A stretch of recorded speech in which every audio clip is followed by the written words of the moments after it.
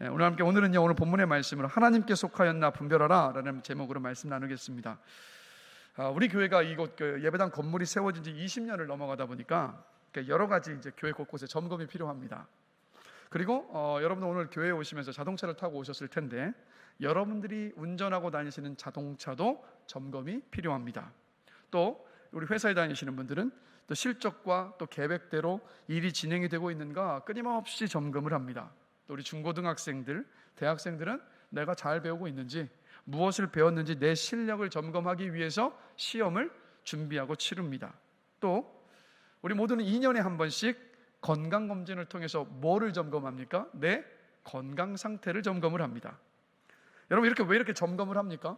점검을 하는 이유는 점검을 통해서 고쳐야 될 점은 고치고 보완해야 될 점은 보완하기 위해서입니다. 그래야 발전도 있고 또 좋은 결과와 열매도 볼 수 있기 때문입니다. 여러분, 올해 반이 다 지나가고 있는 거 아십니까? 이제 곧 6월입니다. 벌써 1년의 반이 지났는데 아마 이 자리에 어떤 분들은 지나온 반년을 생각 돌아보시면서 또 점검하신 분들도 계실 거예요. 내가 계획했던 대로 잘 살아왔는지, 또 내가 계획한 어떤 일들이 제대로 진행이 되고 있는지, 또 여러분이 담당하고 있는 어떤 사업이라든가 일터가 제대로 돌아가고 있는가 점검하시는 분들이 계실 겁니다. 그래서 여러분, 우리는 인생을 살면서 이렇게 많은 점검을 하면서 살아갑니다. 여러분들도 마찬가지실 거고. 자, 근데 질문 한번 드리고 싶어요. 여러분의 신앙은 점검하고 계십니까? 여러분의 신앙 상태를 두고 점검하고 계십니까? 사실 굉장히 중요한 일이고 어떤 일보다도 중요한 일임에도 불구하고 많은 경우 우리는 우리의 신앙을 점검하지 않고 삽니다. 그리고 또 우리는 또 이런 생각들을 가지고 있어요. 내 신앙이 그렇게 나쁘지는 않다고 생각하며 삽니다. 그죠? 여기 내 신앙이 나쁘다고 생각하시는 분 계십니까? 한 분도 안 계실 거예요. 아마도 대부분이 다 내 신앙 좋다라고 생각하실 거예요. 자, 왜 그러냐면, 그러니까 이제 지금 내가 하나님과 어떤 친밀하고 특별한 관계를 맺고 있지도 않고 예배를 드릴 때 감격 같은 것도 잃어버린 지도 오래됐어요. 그래도 내 신앙이 나쁘지 않아라고 생각을 하는데 그 이유가 뭐냐? 과거에요, 우리 각자가 어떤 믿음의 경험이 있기 때문입니다. 신앙의 어떤 체험이 있기 때문이에요. 그러니까 과거에 뜨겁게 하나님을 만난 경험이 있고, 또 아니면 선교지에 가서 은혜와 도전을 받았던 경험들도 있고, 아니면 제자 훈련을 받거나 성경 훈련을 어떤 교육들을 통해서 그런 어떤 말씀의 은혜를 누렸던 그 과거의 기억들이 있기 때문이에요. 그래서 우리는 이렇게 생각합니다. 그 과거의 일들 때문에 내 신앙이 좋다고요. 괜찮다고 생각을 합니다. 질문 드릴게요. 정말 괜찮으십니까? 여러분, 과거의 우리의 어떤 신앙적인 경험들은요, 오늘을 믿음으로 사는 자양분인 것은 분명합니다. 그러나 지금 무엇을 어떻게 믿고 있느냐가 여러분 신앙의 핵심입니다. 언제라고요? 지금 오늘 내가 무엇을 어떻게 믿고 있느냐, 그 질문에 대한 답변이 여러분의 신앙의 현주소입니다. 이 질문을 통해서 우리는 우리의 신앙을 점검을 해봐야 돼요. 그래서 과거에 어떤 경험을 했다고 해서 오늘 그 믿음이 살아있지 않으면 그러면 바른 신앙을 가지고 살아가고 있는 것 아닙니다. 그렇기 때문에 신앙의 점검 필요한 겁니다. 그래서 오늘 이 본문의 말씀을 통해서 우리의 신앙을 점검해보는 시간이 되기를 원해요. 내가 정말 바른 신앙을 가지고 있는가, 올바른 믿음을 가지고 지금 살아가고 있는가 점검해볼 수 있는 시간이 되기를 원합니다. 그래서 1절을 보시면, 사랑하는 자들아, 영을 다 믿지 말고 오직 영들이 하나님께 속하였나 분별하라. 많은 거짓 선지자가 세상에 나왔음이라 하고 말씀하고 있어요. 이게 무슨 말이냐면, 이제 교회 안에 보니까 겉으로 보면 예수 잘 믿는 것 같아요. 그리고 막 귀에 듣기에 막 유려하고 막 솔깃한 어떤 막 성경의 진리와 교훈들을 잘 말합니다. 그리고 막 성령의 은사도 받았다고 이야기를 해요. 그런데 그런 사람들이 있다 할지라도 그들의 영이 어디로부터 왔는가를 지금 분별하라는 말씀입니다. 이건 다른 말로 뭐냐면 그들의 신앙을 분별하라는 말씀이에요. 그래서 여러분, 사도 요한이 이 요한일서를 쓸 당시의 상황을 설명을 드리면, 이때 당시에는 지금처럼요 이렇게 한 교회를 맡은 전임 목회자가 없었습니다. 이때는 순회 사역자들이 있었고, 이 순회 사역자들이 한 교회에 가서 복음을 전하고 말씀을 가르치고 난 다음에 일정 기간을 머물면서 가르칩니다. 그리고 나서 떠나서 다른 교회로 가서 또다시 말씀을 전하고 복음을 전하고 가르쳤습니다. 자, 그런데 문제는 뭐였냐면, 이런 순회 사역자들 가운데 거짓 진리, 잘못된 말씀을 가르치는 이들이 있었던 거예요. 처음부터 그랬던 것은 아니고 변질이 돼버린 거겠죠. 그래서 이들의 영향을 받아서 믿음이 좋은 사람인 줄 알았는데 나중에 보니까 적그리스도였던 성도들이 많았던 겁니다. 그런데 그 사람들이 누구냐? 이단도 아니고 타 종교를 믿는 사람도 아니고 같이 함께 신앙생활을 하고 있었던 사람들이 나중에 보니까 적그리스도였던 거예요. 믿음이 좋은 줄 알았는데 나중에 보니까 아니었던 겁니다. 그래서 그런 일들이 교회들 안에 너무도 많다 보니까 요한 사도가 말하고 있는 거예요. 영을 다 믿지 말고 오직 영들이 하나님께 속하였나 분별해라라고. 그들의 신앙이 정말 하나님께 속한 신앙인가 그것을 분별하라는 말씀입니다. 그래서 하나님께 속한 사람인지 아닌지를 분별하는 기준이 뭐냐? 오늘 본문의 2절 3절 말씀입니다. 우리 함께 한 목소리로 한번 읽어보겠습니다. 이로써 너희가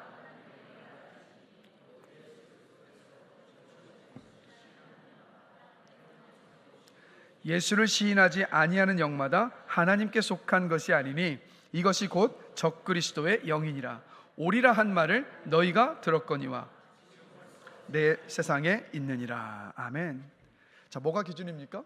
예수님의 성육신을 믿느냐 아니냐가 분별의 기준입니다. 그러니까 예수님이 우리와 똑같은 인간의 모습으로 오셨다는 것을 믿으면, 그러니까 하나님께서 참 사람으로 이 땅에 오셨다는 것을 믿으면 하나님에게서 온 영이고, 그것을 믿지 않으면 하나님과는 상관이 없는 영이라는 말씀이에요. 이게 여러분 시금석입니다. 이게 기준입니다. 그러니까 초대교회 때 여러분 예수님이 우리와 같은 모습으로, 사람의 모습으로 오신 것이 아니었다고 주장하는 사람들이 있었습니다. 이들을 가리켜서 뭐라고 부르냐면 영지주의자들이라고 이야기해요. 영지주의자들. 자, 이들은 분명히 예수를 믿는다고 고백은 했습니다. 그런데 예수님께서 우리와 똑같은 육신의 옷을 입고 이 땅에 오셨던 성육신을 믿지를 않았습니다. 그 이유는 뭐냐면 육신은, 그러니까 우리의 어떤 육신은 기대할 것이 없고 영혼은 귀하고 가치 있고 아름다운 것이니까 영혼은 구원받아야 한다라고 이들은 생각을 했습니다. 성경에서 나온 어떤 진리가 아니라 그리스 철학의 영향을 받은 거예요. 그래서 예수를 믿으면 영혼이 구원받고 영혼이 산다고 믿었습니다. 그러나 육체는요, 영혼에 비해서 정말 악한 것이고 하찮은 것이기 때문에 육체는 이 땅을 살면서 어떻게 살든 그냥 이 세상에서 살다가 죽으면 끝이라고 이들은 믿었습니다. 그렇기 때문에 거룩하고 거룩하신 하나님이 이 쇳덩어리인 육신을 입고 이 땅에 오신 일은 그냥 말도 안 되는 일이라고 생각을 했고 이것을 믿지를 않았던 겁니다. 그래서 이들은 어떤 생각을 했냐면, 질문 드리겠습니다. 여러분, 우리 예수님께서 완전한 하나님이시고 완전한 사람이심을 믿으십니까? 우리는 그렇게 믿고 있지만 이들은요, 하나님의 영이 예수라는 한 사람을 택하셔서 그 사람 안에 들어가신 것이다라고 생각을 했습니다.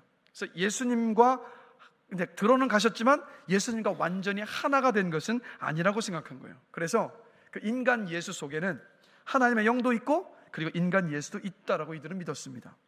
그래서 예수님께서 기적을 행하시고 복음을 전하시고 하나님의 말씀을 가르치는 일은 예수님 속에 계시는, 그러나 하나 되지는 않은 하나님의 영이 하신 일이고, 예수님께서 십자가 위에서 죽으셨을 때 그 하나님의 영이 떠나갔다라고 이들은 믿었어요. 왜냐하면 하나님은요, 죽으실 수 없는 분이시기 때문에. 인간 예수만 죽은 것이라고 믿었던 것이 바로 영지주의자들의 신앙이었고, 이들로 인해서 교회의 많은 성도들이 잘못된 신앙과 믿음 안에 빠져들고 있었기 때문에 요한 사도가 오늘 이렇게 말씀을 통해서 이야기하고 있는 겁니다. 그래서 이 영지주의자들의 진짜 심각한 문제가 뭔지 아십니까? 이들은 이렇게 살았어요. 아, 영혼과 육신은 별개구나. 영혼은 중요하고 육신은 살아보니까 어쩔 수 없이 죄 짓는 몸이니까 영혼만 구원받으면 되는구나. 육신은 어차피 버림받을 거니까 그냥 아무렇게나 살아도 괜찮아 라고 살았던 사람들이 이 영지주의자들이었습니다. 그래서 이들을 보면 예수를 믿는다고 고백은 해요. 구원도 받았다고 말합니다. 그런데 그들의 삶을 보면 너무 방탕한 거예요. 죄 짓고 사는데 어떤 양심의 가책이 하나도 보이지 않는 거예요. 이런 일이 이 당시에 많은 교회들 안에 벌어지고 있었던 겁니다. 그래서 요한 사도가 말하는 거예요. 하나님께 속하였나 분별하라고. 그래서 여러분, 예수님이 완전한 하나님이시고 완전한 사람이 아니시라면 십자가는요, 그냥 쇼에 지나지 않습니다. 그냥 쇼예요. 왜 그렇습니까? 여러분, 사람인 예수가 우리의 구원이 되시는 이유가 뭡니까? 바로 하나님이 사람이 되셔서 죄 없으신 몸으로 저와 여러분의 모든 죄를 다 지시고 십자가 위에서 죽으셨기 때문에 예수님의 죽음으로 인하여서 저와 여러분들이 죄 사함의 은혜를 여러분 입을 수 있는 겁니다. 그런데 만약에 하나님의 영은 떠나시고 그냥 단지 한 사람 30대의 젊은 청년 예수가 죽었다, 그럼 어떻게 됩니까? 그러면 그 죽음은 어떤 죽음이냐면 한 유대인 청년, 젊은 청년 한 사람이 그냥 많은 사람들을 구원하고 싶은 어떤 그 신념을 따라서 자기의 목숨을 그냥 내 던진 것에 불과한 거예요. 우리의 구원과는 아무 상관이 없는 일인 거예요. 그러나 우리 예수님은 하나님이셨기 때문에 부활하셨습니다. 부활하셨다고요. 만약 하나님이 아니셨다면 예수님은 부활하실 수 없으셨습니다. 예수님께서 부활하지 않으셨다면 저와 여러분의 죄 사함의 은혜도 없습니다. 예수님의 십자가와 부활이 있었기 때문에 그 믿는 믿음 안에서 구원의 은혜의 역사가 우리 삶 가운데 여러분 일어나는 겁니다. 그래서 성육신이 가짜라면 우리가 예수의 생명으로 사는 것도, 예수님께서 성령을 통해서 우리 안에 함께 거하여 주시는 것도 있을 수 없는 일입니다. 예수님의 성육신이 가짜라면 죄짓지 않는 삶도, 사랑하며 사는 삶도 우리의 인생 가운데 있을 수가 없습니다. 예수님이 완전한 하나님이시고 완전한 사람이시라는 것을, 이 하나를 안 믿으면 예수님께서 그리스도시라는 것도, 예수님이 우리와 하나 되셨다는 것도 말이 되질 않습니다. 그리고 우리가 하나님 뜻대로 사는 것도 불가능합니다. 그래서 이 영지주의자들 때문에 초대교회가 큰 위기였던 겁니다. 근데요, 이 초대교회를 보면 이 영지주의자들은요, 성육신하신 예수님을 믿지 않는다고 말씀드렸잖아요. 그런데 자신들이 성육신하신 예수님을 믿지 않는다라고 이들은 다 인정했습니다. 인정했어요. 그렇기 때문에 오늘 기록을 하고 있는 거예요. 그래서 이 사람들은요, 하나님께 속한 사람이 아니라는 것을 쉽게 알 수 있었습니다. 자, 근데 문제는 뭔지 아십니까? 오늘날의 교회를 보면요, 교회 안을 보면 다 믿는다고 이야기를 해요. 본문 말씀이 이야기하는 것처럼 정말 하나님께 속한 사람인지 아닌지를 알 수가 없어요. 왜냐하면 다 믿는다고 말을 하니까. 그래서 여러분, 우리의 신앙을 점검해 봐야 되는 겁니다. 특별히 형식적인 신앙, 관념적인 신앙에 머물러 있는 것은 아닌가, 여러분 점검해 보셔야 돼요. 여러분, 형식적인 신앙, 관념적인 신앙이 무서운 이유는 뭔지 아십니까? 그 형식적으로만 믿는 그 신앙이, 그냥 관념으로만 믿는 그 신앙이 진짜 믿고 있다라고 착각하기 때문이에요. 들은 것이 있어서 아는 게 있는데 그러다 보니까 진짜 믿고 있다고 착각을 합니다. 그래서 자기도 속이고 다른 사람도 속여요. 교회에 오면 다들 예수 그리스도라고 이야기를 하니까 그런 줄로 나도 듣고 그렇게 이야기합니다. 입으로만 예수 그리스도인지 삶을 보면요, 그렇지 않은 거예요. 그래서 여러분이 많은 그리스도인들이요, 입으로 말로 고백하는 것을 믿음이라고 생각을 합니다. 오늘 보면 2절도 보시면 예수 그리스도께서 육체로 오신 것을 시인하는 자마다 하나님께 속한 것이라고 말씀하고 있습니다. 네, 여러분, 우리가 말로 내가 믿고 있는 것을 고백하는 것, 여러분 너무나도 중요합니다. 마음속에 확신이 있다면 공개적으로 나의 믿음을 사람들 앞에 여러분 고백할 수 있어야 합니다. 여러분을 믿지 않는 사람들과의 관계 속에서 여러분이 하나님을 믿는 사람임을, 예수 그리스도를 믿는 사람이라는 거 커밍아웃 하셨습니까? 커밍아웃 하셨어요? 여러분 주변의 직장 동료들이, 여러분의 이웃들이 여러분들이 예수 믿는 사람이라는 거 아십니까? 여러분 알아야 합니다. 혹시 숨기시는 분 계시면 언제까지 숨기시려고요? 주님 오실 때까지 숨기시다 가시려고요? 아닙니다. 여러분, 우리는 내가 믿고 있는 그 믿음의 고백과 선포가 우리의 사람들과의 관계 속에서 여러분 있어야 돼요. 그게 여러분 그리스도인입니다. 만약에 그렇지 않다면 질문 드리고 싶어요. 예수님이 부끄러우십니까? 하나님이 부끄러우십니까? 내가 그것을 고백하고 있지 않다면 부끄러운 거예요. 이것을 기억하십시오. 우리가 하나님을 부끄러워하면 나중에 우리 주님도 우리를 부끄러워하신다는 거예요. 이렇게 여러분 말로 고백하는 것이 참 중요해요. 그러나 말로 고백하는 것이 다는 아닙니다. 말로 하는 고백은요, 비유하자면 씨앗과도 같습니다. 그래서 말로 고백하는 신앙에서 시작을 해서 성장하고 변화된 삶으로 여러분 열매를 맺어야 되는 거예요. 그게 그리스도인의 삶입니다. 이제 한 이야기를 들려드릴게요. 미국 어느 교회가 이제 예배당을 새로 마련을 했습니다. 근데 이 건물은요, 술집으로 쓰던 건물이었어요. 이게 술집 주인이 이제 예배당을 구하는 교회에게 이제 이 건물을 판 겁니다. 그래서 이 교회가 건물을 사고 인테리어를 새로 하고 이제 그곳에서 예배를 드리게 되었습니다. 근데 이 건물을 판 술집 주인이 앵무새 한 마리를 키우고 있었는데 이거를 이제 교회에다 주고 간 거예요. 그래서 이 앵무새가, 아시죠? 앵무새 말하는 거. 그래서 이 앵무새가 주일에 예배 드리는 성도들을 보는 겁니다. 그래서 이제 목사님이 딱 들어오니까 앵무새가 이렇게 말하는 거예요. 새 주인이네, 새 주인이네. 찬양대가 딱 서니까 새 팀이네, 새 팀이네 하는 겁니다. 그리고 어떤 교인이 딱 들어오는데 앵무새가 이렇게 말하는 거예요. 그 손님이네, 그 손님이네. 이해되셨죠? 네, 술집이었을 때 그 술집에 드나들었던 손님이 예배드리러 어떤 모습을 보고 그 손님이네, 그 손님이네라고 이야기한 거예요. 이 이야기는요, 실제 얘기가 아니라 꾸며낸 이야기입니다. 그런데 이 이야기가 뭘 말해주고 있는 겁니까? 그리스도인들이 평일에는 세상 사람과 똑같이 살다가 주일에만 교회에 와서 거룩한 척, 그리스도인인 척 하면서 예배 드리는 모습을 풍자한 이야기예요. 한번 질문 드려보고 싶습니다. 나는 아니라고 말할 수 있는 분 몇 분이나 계십니까? 나는 그렇지 않다라고 말씀하실 수 있는 분 몇 분이나 계십니까? 우리 안에 막 이런 생각들을 많이 가지고 있는 것 같아요. 예수 믿고 내 영혼은 구원받았지만 육신은 어쩔 수 없어. 그러니까 그냥 세상 방식대로 사는 거야. 뭐 만약 세상 방식대로 살다가 교회에 가서 주일에 회개하고 용서받으면 하나님도 이해하실 거야. 그리고 또 한 주 세상에서 또 살아야 되니까 어쩔 수 없이 또 나는 세상의 방식으로 사는 거지라고 생각하면서 주중에 보면 세상에서 세상 사람처럼 살고 주일날 교회에 와서 예배드리는 척만 한다면 제가 조금 전에 말씀드렸던 영지주의자들과 똑같은 겁니다. 우리가 영지주의자라는 말은 안 하지만 실제 우리 삶을 보면 영지주의자처럼 살아요. 정말 믿느냐? 그 사람이 정말 예수를 믿느냐? 정말 하나님을 믿느냐는요, 그 말의 고백으로 알 수 있는 게 아니라 삶으로 알 수 있습니다. 삶으로 알 수 있는 거예요. 그래서 여러분 요한계시록을 보면 예수님께서 여러 교회들에게 말씀을 하고 계시는데, 자, 계시록 2장 4절에서 5절 함께 보시면 예수님이 에베소 교회를 향해서 이렇게 말씀하십니다. 함께 한번 읽어보겠습니다. 너를 책망할 것이 있나니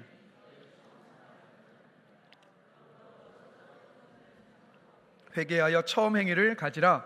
만일 그리하지 아니하고 회개하지 아니하면 내가 내게 가서 내 촛대를 그 자리에서 옮기리라. 자, 계시록 3장 1절을 보면 사대교회를 향해서 또 이렇게 말씀하십니다. 함께 읽겠습니다. 내가 내 행위를 나누니 내가 살았다는 이름은 가졌으나 죽은 자로다. 자, 3장 15절에서 16절을 보면 라오디게아 교회를 향해서 또 이렇게 말씀하십니다. 함께 읽습니다. 내가 내 행위를 아노니 내가 차지도 아니하고 뜨겁지도 아니하도다. 내가 차든지 뜨겁든지 하기를 원하노라. 내가 이같이 미지근하여 뜨겁지도 아니하고 차지도 아니하니 내 입에서 너를 토하여 버리리라. 예수님이 지금 공통적으로 뭘 말씀하고 계십니까? 정말 나를 믿고 구원의 은혜를 받았다면 받았을 때 그 행위를 잃어버리면 안 된다는 말씀이에요. 여러분, 예수님께서 지금 저와 여러분들 뭘 보고 계시겠습니까? 지금 예수님께서 여러분의 인생을 굽어살펴 보고 계시면 믿으십니까? 지금 여러분의 인생을 속속들이 우리 주님께서 굽어살펴 보고 계신단 말이에요. 뭘 보고 계실까요, 여러분? 우리의 삶이요, 우리의 행위를 보고 계십니다. 구원의 은혜를 입은 자답게 살고 있는지 그 삶을, 행위를 우리 주님이 보고 계시다라는 거예요. 그래서 예수님께서 육체로 오신 것을 믿는다라는 말은 어떤 뜻이냐면, 내가 예수님을 믿을 때 일어난 일을 믿고 그 믿음대로 사는 것을 말합니다. 그리고 예수님께서 육체로 오신 것을 믿는 사람이 누구냐? 하나님께 속한 사람, 하나님의 자녀요, 하나님의 백성인 겁니다. 여러분, 예수 믿고 나면요, 나를 보면 그대로인 것 같지 않습니까? 여전히 이기적인 모습도 그대로 있고 여전히 자기중심적입니다. 습관적으로 짓던 죄를 여전히 짓습니다. 말씀에 순종하기보다는 내 편의와 이익을 따라서 결정하고 살아갈 때가 많아요. 근데 이럴 때마다, 이런 나의 모습을 여러분 볼 때마다 그 내 모습, 그 모습에만 여러분 반응하시면 안 돼요. 예수님을 믿음으로 일어난 일을 믿음으로 받아들이는 인식의 전환이 여러분 안에 끊임없이 일어나야 됩니다. 그 군복무 할 때 저는요, 행정병이었습니다. 그래서 전화가 오면 항상 어떻게 받냐면요, 딱 이렇게 받아요. 통신보안 본부중대 이병 이성진입니다. 그래서 용건을 이야기하는 거예요. 그러다 제가 이제 일병이 돼서 이제 휴가를 나왔습니다. 집에 있는데 전화가 오는 겁니다. 전화를 받자마자 너무도 자연스럽게 통신보안 본부증 일병 이성진입니다. 이게 딱 나오면서 아차, 여기는 군대가 아니라 집이었지 싶더라고요. 왜 이 말씀을 드리냐면, 왜 제가 이렇게 했습니까? 습관이요. 여러분, 습관이 이렇게 무섭습니다. 그래서 습관을 가리켜서 뭐라고 말하냐면 제2의 천성이라고 하잖아요. 제2의 천성. 근데 여러분, 우리가 사고하는 방식도 습관이 되면 천성이 되어버립니다. 늘 부정적인 시각으로 사람과 어떤 사건을 바라보면서 판단하는 사람은요, 어떤 사람을 보든 어떤 사건을 보든 먼저 판단부터 하고요, 부정적인 말을 합니다. 여러분, 감정도 똑같습니다. 나는 위로받아야 돼, 나는 슬퍼, 나는 불행한 사람이야, 나는 외로워라고 계속해서 자기 연민에 빠져버리면 점점 우울해지기 시작하고, 그게 그냥 내 천성이 되어버려요. 여러분, 예수 믿는다고 하면서도 예수 믿기 전과 내가 다른 점이 없다면 그 이유도 똑같습니다. 예수 믿기 전의 습관, 예수 믿기 전의 태도, 예수 믿기 전에 내가 생각하는 태도와 방식을 여전히 그대로 붙들고 있으니까, 여전히 그 방식대로 살고 있기 때문인 거예요. 성육신하신 예수님과 십자가와 부활을 믿어서 새 생명으로 태어났기 때문에 그냥 저절로 저와 여러분들 모두가 다 예수님처럼 이 땅을 살 수 있는 것 아닙니다. 여러분, 하나님 우리를 기계처럼 만드시지 않으셨으니까. 어떻게 되는지 아십니까? 예수를 믿고 구원받았다면 익숙했던 예수 믿기 전에 내 습관을 여러분 끊기로 결단하셔야 됩니다. 예수님께서 십자가 부활을 통해서 이루신 복음의 그 진리를 붙잡고 살기로 여러분 결심을 하셔야 되는 거예요. 여러분, 사도 바울도 그랬습니다. 사도 바울이 로마서 6장 10절에서 11절 이렇게 말하거든요. 우리 함께 한 목소리 한번 읽어보겠습니다. 그가 죽으심은 죄에 대하여 단번에 죽으심이요 그가 살아계심은 하나님께 대하여 살아계심이니 이와 같이 너희도 너희 자신을 죄에 대하여는 죽은 자요 그리스도 예수 안에서 하나님께 대하여는 살아있는 자로 여길지어다. 아멘. 말씀 한번 띄워주십시오. 자, 예수님은 우리 모두의 죄를 짊어지시고 죄에 대하여서 단번에 죽으셨습니다. 아멘이십니까? 그리고 하나님께 대하여 다시 사셨습니다. 왜 이렇게 하셨습니까? 저와 여러분들을 대신해서 철저하게 이렇게 하셨던 겁니다. 그래서 우리가 예수님을 믿으면 나를 죄에 대하여는 죽은 사람으로, 그리고 하나님께 대하여는 살아있는 사람으로, 오늘 본문이 뭐라고 말씀하고 있습니까? 여겨야 되는 거예요. 여러분, 여긴다는 건 뭡니까? 믿음으로 고백하고 받아들이고 선포하는 것을 말해요. 그래서 이렇게 여러분 늘 고백하셔야 돼요. 예수님의 죽음이 내 죽음입니다. 예수님의 부활이 내 부활입니다. 예수님의 생명이 내 생명입니다. 예수님의 능력이 나의 능력입니다. 나는 주님과 함께 십자가에서 죽었습니다. 이제는 내 안에 주님께서 함께 하고 계십니다라고, 여러분 예수를 믿음으로 일어난 그 믿음의 사건, 여러분 인생 가운데 일어나는 그 일들을 여러분 믿음으로 날마다 선포하시고 고백하셔야 되는 거예요. 이렇게 고백하고 살아가고 계십니까? 이렇게 고백하고 사셔야 돼요. 특히 죄의 유혹을 받을 때, 말씀이 아니라 내 감정을 따라서 행동하고 말하고 싶을 때, 막 이기적인 마음과 자기중심적인 생각을 따라서 말하고 결정하고 행동하고 싶은 그때에는 더욱더 이 믿음의 고백과 선포가 우리의 입술에 담겨 있어야 돼요. 예수님의 죽음이 내 죽음이다. 예수님의 부활이 내 부활이다. 예수님의 생명이 내 생명이다. 예수님의 능력이 내 능력이다. 나는 주님과 함께 십자가에서 죽었다. 이제 내 안에 주님께서 함께하고 계신다는, 여러분 이 믿음의 선포와 고백 있어야 합니다. 여러분 믿음을 사용하셔야 돼요. 믿음의 스위치를 여러분 켜셔야 돼요. 믿음의 역사는 그냥 가만히 있는다고 일어나는 것이 아니라 우리 가운데 일어난 일을 믿음으로 선포하면서 믿음의 스위치를 켤 때, 그때 저와 여러분의 인생 가운데 믿음의 역사가 여러분 일어납니다. 우리가 진짜 믿으면 우리 인생 바뀝니다. 우리의 믿음을 고백을 들으신 주님께서 우리를 다 바꿔놓으시거든요. 그래서 하나님께 속한 사람은 누구냐? 성육신 하신 예수님의 십자가와 부활을 통해서 이루어진 일을 믿음으로 선포하며 사는 사람이 하나님께 속한 사람입니다. 우리 교회에요, 최근에 그 예수를 믿고 신앙생활을 시작하신 우리 성도님이 한 분 계시는데, 이 성도님이 이제 양로원에 가신 겁니다. 어떤 한 할아버님이 막 큰 소리로 막 소란을 막 피우는 거예요. 그래서 이 할머니 보고 있다가 너무 막 아무도 아무 얘기를 못하니까 조용히 그 할아버님에게 이분이, 이렇게 하시면 안 돼요 라고 말씀을 드린 겁니다. 그랬더니 막 이 할아버님이 노발대발 하시면서 이 성도님에게 막 욕을 내고 욕을 하면서 막 큰 소리를 치면서 막 이렇게 퍼붓기 시작하는 겁니다. 근데 이 성도님이 하시는 말씀이, 제가요 예수 믿기 전이었으면 한바탕 했습니다. 어디 뭐 하냐면서 한바탕 했을 텐데, 근데 그 순간 맞대응하지 않고 가만히 계셨다는 거예요. 왜냐하면 그 마음 안에 이런 생각이 들더랍니다. 내가 예수 믿는 사람인데 이러면 안 되지. 그리고 또 내가 이제 예수 믿고 교회 다니는데 하나님이 싫어하시는 제사 내가 더 이상 드리면 안 되지라는 또 이 생각과 믿음의 고백 속에서 용기를 내셔서요, 집안의 모든 제사 도구와 집기들을 다 버리신 거예요. 집안에 제사는 이제 더 이상 없다고 말씀하시더라고요. 여러분, 왜 이런 일들이 일어납니까? 예수 믿지 않고서는 일어날 수 없는 일이 이 성도님의 삶 가운데 여러분 일어나고 있는 거잖아요. 이게 바로 믿음의 역사입니다. 우리도 믿음의 스위치를 켜고 예수를 믿는 믿음 안에서 내 안에 일어난 일을 믿음으로 선포하며 고백할 때 우리의 인생 가운데 믿음의 역사 반드시 일어납니다. 이 믿음 안에서 정말 예수님의 십자가 부활을 통해서 여러분 안에 일어난 일들을 믿음으로 선포하며 사시길 주님의 이름으로 축복합니다. 그게 하나님께 속한 사람의 모습이에요. 그런가 하면 하나님께 속한 사람은 인생의 의미를요 하나님께 두며 사는 사람입니다. 자, 우리가 모두 아는 것처럼 예수님의 제자들은요, 예수님께서 붙잡혀 가실 때 어떻게 했습니까, 여러분?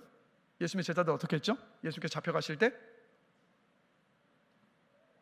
아시면서 좀 답변 좀 해주세요. 답변하실 때까지 안 할 겁니다. 예수님 붙잡혀 가실 때 제자들이 어떻게 했습니까, 여러분?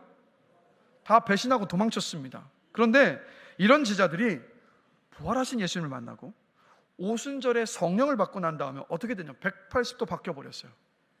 제자들은 부활하신 예수님을 전하다가 순교했습니다. 그러면 왜 이 제자들은 자신들의 생명을 다 던져서 예수님의 뜻에 순종해서 예수님의 십자가 부활을 전하면서 뭐 죽을 때까지 뭐 그것도 두려워하지 않고 어떻게 이렇게 십자가 부활을 여러분 전할 수 있었을까? 그 이유가 여러분 뭐라고 생각하십니까? 왜 이렇게 제자들이 바뀌었을까요, 여러분? 그 이유가 뭘까요, 여러분? 뭐 어떤 분이 이렇게 생각하실 거예요. 성령 때문에, 성령을 받았기 때문이요. 근데 그것도 맞는 말입니다. 근데 더 정확한 이유가 있습니다. 제자들이요, 부활하신 예수를 만나고 성령이 임하고 나니까 이걸 알았어요. 자기들 곁에 함께하고 계셨던 예수님이 성육신 하신 하나님이시라는 것을 알았기 때문입니다. 여러분, 예수님이 하나님이시라는 것을 안 이상 제자들은요 다른 것에 자신들의 인생을 걸 이유가 없었어요. 예수님이 하나님이라는 걸 안 이상 제자들은요 자기들의 인생을 그냥 주님께 다 걸었습니다. 목숨도 아끼지를 않았던 겁니다.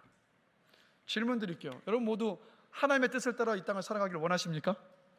하나님의 말씀에 순종하며 살기를 바라십니까? 자, 우리 모두 이런 바람을 가지고 있어요. 그런데 어떻습니까? 번번이 실패합니다. 그래서 주일마다 그렇게 살지 못한 나를 자책하면서 회개하며 기도합니다. 그리고 때로는 이런 생각도 가질 때도 있죠. 꼭 이렇게 순종하며 살아야 되는 건가? 이 생각을 하면서 타협하는 경우도 많습니다. 우리는 하나님의 뜻대로 사는 삶에 예수님의 제자들처럼 올인을 하지를 않습니다. 여러분, 그 이유가 뭘까요? 왜 우리는 제자들처럼 올인하지 않을까요, 여러분? 하나님이 정말 계시다는 의식이 희미할 때가 너무 많거든요. 이번 한 주 살아오시면서 하나님이 계시다는 믿음으로 사셨던 순간이 몇 시간이셨습니까? 하나님이 눈에 보이지 않으시니까, 느껴지지 않으니까 하나님이 계시지 않다고 생각하며 살 때가 너무도 많아요. 근데 여러분 질문 드릴게요. 하나님이 계시느냐 아니냐는 우리의 느낌으로 알 수 있는 겁니까? 우리의 느낌으로 알 수 있습니까? 우리의 느낌으로 알 수 있는 게 아닙니다, 여러분. 하나님이 계시냐 계시지 않느냐는 우리의 느낌으로 확인하는 게 아니에요, 여러분. 하나님이 계시다는 것은 어떻게 알 수 있느냐? 우리는 하나님이 계시다는 것을 성육신 하신 예수님을 통해서 여러분 알 수 있는 거예요. 예수님은 이 땅에 계실 때 말씀으로 병을 고치셨습니다. 귀신들도 예수님께 벌벌 떨었고 예수님 말씀으로 귀신을 쫓아내셨습니다. 비바람조차도 예수님의 말씀 한마디에 잠잠해졌습니다. 죽은 사람도 예수님 말씀으로 살려내셨습니다. 자신을 배반하며 떠난 제자들 끝까지 포기하지 않고 사랑하셨습니다. 모든 사람들의 죄 형벌을 다 짊어지시고 십자가에서 죽으셨다가 다시 살아나셨습니다. 500명이 넘는 제자들이 보는 앞에서 하늘로 올라가셨습니다. 자, 예수님이 이 모든 일들 육신으로 이 땅에서 왜 하셨겠습니까? 이것 하나 때문입니다. 너희들이 하나님이 계시다는 걸 도무지 믿지를 않으니까 내가 이렇게 보여주고 있지 않니? 니들이 눈에 보이지 않는 하나님을 그토록 믿지 않고 없다라고 생각하면서 그렇게 살아가니까 너무도 안타까워서 내가 직접 왔다. 봐라, 내가 이 땅에서 보여줬던 모든 일들을 통해서 나는 너희들이 분명히 알기를 원한다. 하나님은 있다. 하나님은 계시다. 예수님이 이거 보여주신 겁니다. 여러분, 예수님께서 성육하신 사건이 2000년 전에 있다고 오늘도 유효하지 않은 것이 아니라 예수님은요, 단 한 번의 성육신의 사건으로 하나님이 계시다라는 것을 분명하게 보여주셨습니다. 기억하십시오. 하나님은 계십니다. 하나님은 살아 계십니다. 여러분의 인생도 주관하고 계시고 이 땅의 모든 역사도 하나님은 주관하고 계십니다. 혹시 이 자리에 하나님이 계시는지 의심하는 분 계십니까? 하나님이 계시다고 믿어지다가도 어떤 순간 아리까리 하시면 혹시 계십니까? 정직하게 여러분 믿음을 점검하셔야 됩니다. 하나님을 믿고 있지 않다면 그 믿음 바른 믿음 아니잖아요. 성경의 역사성, 여러분 고민하지 마십시오. 성경의 역사성은요, 모든 학자들이 인정합니다. 여러분, 기독교 신앙은요, 역사적인 사건 위에 있는 것이 기독교 신앙입니다. 그 어떤 것도 역사적인 사건이 아니었던 일은 없어요. 그렇기 때문에 예수님께서 이 땅에 계실 때 하셨던 일들을 기록한 마태복음, 마가복음, 누가복음, 요한복음을 읽어보시기 바랍니다. 하나님이 계시니 의심되신다 말씀을 읽어보십시오. 그런데 읽으실 때 믿기 위해 읽으시고 믿음으로 읽으셔야 돼요. 그러면 하나님께서 계시다라는 것 너무도 분명하고 확신 있게 다가오실 것이고 입술로 고백하시게 될 겁니다. 마음으로 믿는 자리에까지 여러분 가게 되실 거예요. 그러면 하나님이 계시다면 여러분의 인생 어디에 걸어야 되겠습니까? 이 질문 먼저 드립니다. 하나님이 계시다는 거 믿으십니까? 하나님이 계시다는 거 정말 믿으십니까? 하나님이 여러분의 인생과 역사 주관하고 계시다는 거 믿으십니까? 그러면 하나님이 계시다는 걸 믿고 있다면, 하나님이 계시다면 여러분의 인생 어디에 걸어야 되겠어요? 하나님께 걸어야죠. 그런데 아직도 주저하시는 분들이 많이 계시네요. 여전히 갈등하고 계신 거예요. 정말 하나님께 속해 있는가 생각해 보셔야 합니다. 여기에 여러분 펜 한 자루가 있습니다. 이 펜이요, 어떨 때 의미가 있을까요, 여러분? 글을 쓸 수 있을 때 의미가 있어요. 그래서 이 펜에 잉크가 다 돼서 더 이상 글을 쓸 수 없으면 이 펜은 어떻게 됩니까? 그냥 쓰레기통에 버려집니다. 더 이상 의미가 없기 때문에. 그러니까 어떤 물건이 아주 작고 사소한 것 하나라도 그 물건이 의미가 있으려면 그 물건이 만들어진 용도대로 사용이 될 때 그 물건은 의미가 있는 겁니다. 똑같이 하나님은 살아 계십니다. 하나님께서 온 우주 만물을 창조하셨습니다. 하나님께서 여러분의 인생도 허락하셨습니다. 하나님께서 우리를 만드시고 하나님께서 우리 모든 각자에게 그 인생을 허락하셨기 때문에 하나님께서 우리를 만드신 목적대로 살 때 여러분 기억하세요. 그 인생이 의미 있는 인생입니다. 사람은요, 유한하고 가변적이기 때문에 인생의 의미를 부여할 수가 없습니다. 여러분 생각해 보시라고요. 여러분의 젊은 시절에 아니면 몇 년 전에 정말 이 일이 의미 있고 가치 있다라고 막 열정과 에너지를 다 쏟아붓던 일들이 있으실 텐데 시간이 지나고 나니까 그 일들이 이게 정말 의미 없는 일이었구나라고 생각되는 일들이 너무도 많지 않습니까? 또 우리는 다른 사람들의 평가를 통해서 내 인생의 의미를 발견하려고 하는데 여러분 기억하시라고요. 오늘 내 인생에 통해서 박수 쳐줬던 사람이 내일요 내 인생에 향해서 손가락질할 수 있는 것이 사람들의 인정과 평가 아닙니까? 그래서 내가 내 인생의 의미를 정할 수도 없고 다른 사람이 내 인생의 의미를 규정해 줄 수도 없는 겁니다.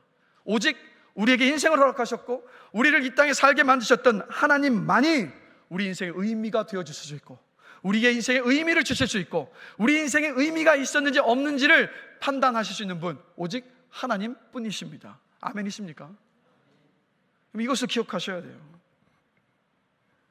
하나님만이 우리의 인생의 의미를 정해주실 수 있고, 하나님만이 우리 인생이 의미 있는 인생인지 아닌지를 판단하실 수 있습니다. 이 자리에요, 의미 없는 인생을 살고 싶은 분 한 분도 안 계실 거라고요. 나중에 인생의 끝에 이제 육신의 인생이 다 마칠 때 내 인생을 돌아봤는데 의미가 하나도 없는 인생이었다. 그보다 불행한 인생이 어디 있습니까, 여러분? 그보다 불행한 인생은 없어요. 그래서 다시 한번 말씀드릴게요. 하나님 안에서만이 의미 있는 인생을 살 수 있습니다. 그럼 하나님은 우리가 어떻게 살기를 원하실까요, 여러분? 마태복음 6장 33절을 보면 분명히 예수님께서 말씀하십니다. 함께 한 목소리 읽어보겠습니다. 먼저 그의 나라와 그의 의를 구하라. 여기서 보시면 그의 나라는 어떤 나라입니까? 하나님 나라입니다. 그런데 이 나라는 제가 며칠 전에도 말씀드렸지만 대한민국, 일본, 중국, 미국과 같은 어떤 가시적인 나라가 아닙니다. 헬라어로 이 나라는 바실레이아인데 이 의미는 뭐냐? 다스림, 통치라는 뜻입니다.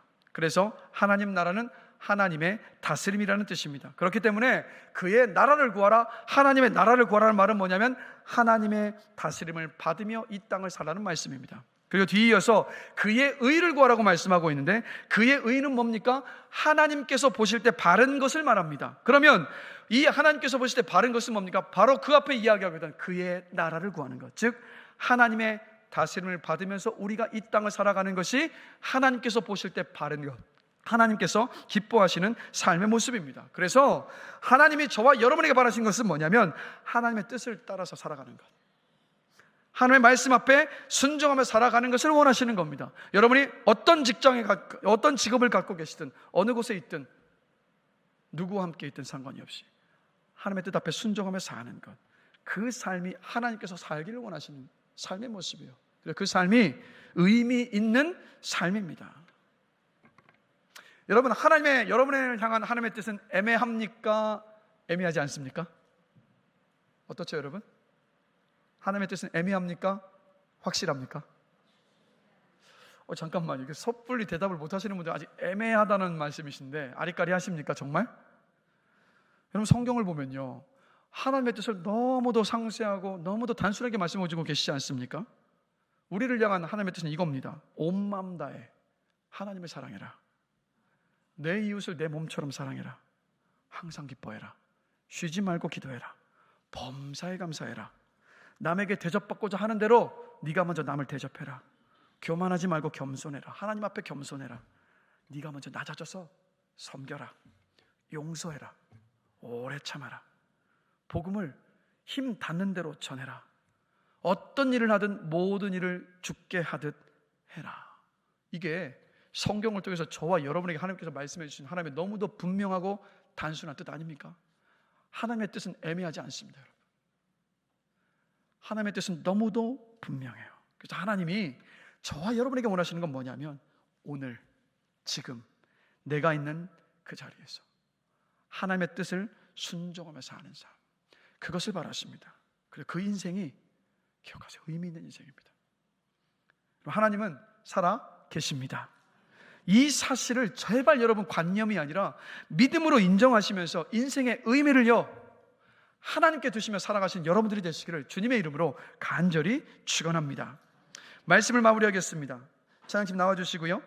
하나님께 속한 사람은 누굽니까? 오늘 말씀을 통해서 보면 성육신 하신 예수님의 십자가 부활을 통해서 이루어진 일을 믿음으로 선포하며 사는 사람이 하나님께 속한 사람입니다. 또 하나님께 속한 사람은 누굽니까? 내 인생의 의미를 하나님께 두며 하나님의 뜻에 순종하며 사는 것에 올인하고자 하는 사람, 바로 이 사람이 하나님께 속한 사람입니다. 그러면 말씀을 들었으니까 질문 드립니다. 마지막으로, 여러분은 하나님께 속한 사람이십니까? 정말 그 아멘의 고백대로요, 주님 앞에 서시는 순간까지 하나님께 속한 사람으로 이 땅을 살아가시기를 주님의 이름으로 축복합니다. 찰스 스펄전이 이런 말을 했습니다. 삶이 끝난 후에 그렇게 살았으면 좋았으리라고 생각할 삶을 지금 살자. 영원히 빛나는 삶을 살자. 다시 한번 말씀드릴게요. 삶이 끝난 후에 그렇게 살았으면 좋았으리라고 생각할 삶을 지금 살자. 영원히 빛나는 삶을 살자. 영원히 빛나는 삶이 어떤 삶입니까? 바로 하나님께 속한 사람으로 이 땅을 사는 삶이 영원히 빛나는 삶입니다. 왜요? 하나님이 인정해 주시는 삶이시기 때문에. 저는요, 저를 보면서 우리 모두가 다 정말 하나님께 속한 사람으로 이 땅을 살아가서 정말 하나님께 의미 있는 인생, 하나님께 칭찬받는 인생이 되시기를 주님의 이름으로 간절히 축원합니다.